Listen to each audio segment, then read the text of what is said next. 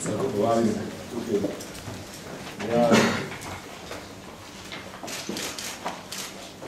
spoštovane kolegice, spoštovani kolegi, pravkar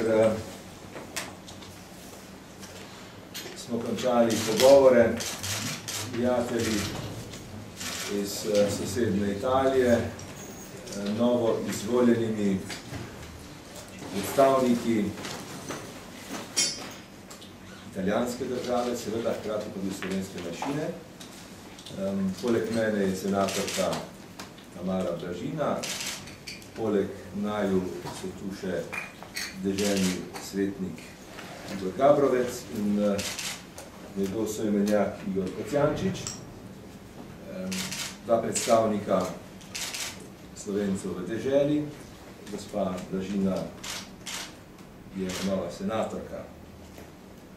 Čestitali smo jim za uspeh na volitvah in izrazili seveda prepričanje, da bodo naši stiki v prihodnje intenzivni.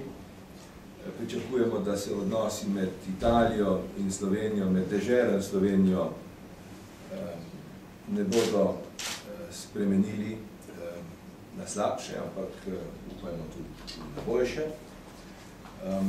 Važno je, da Slovenci imajo svoje predstavnike v važnih glavnih ustanovah italijanske države. Spričo tega, da so padle meje med državama in da smo skupaj v Evropski uniji, so ti stiki oziroma so te povezave posebej pomembni. Sicer sem svojim sogovornikom povedal nekaj besed o odnosih med Slovenijo in Italijo, ti odnosi so dobri in bodo še naprej dobri.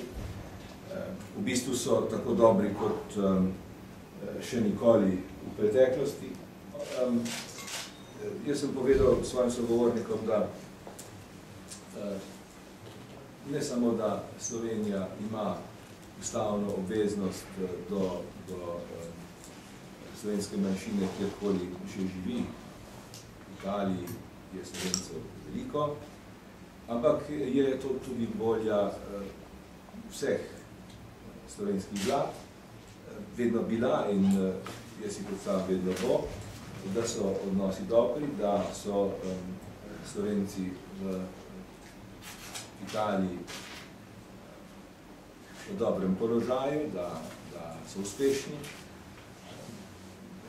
Želel sem svojim sogovornikom, torej tudi vsako posebej, uspeha in sreče v politiki, ki se začenja z novim obdobjem. Torej,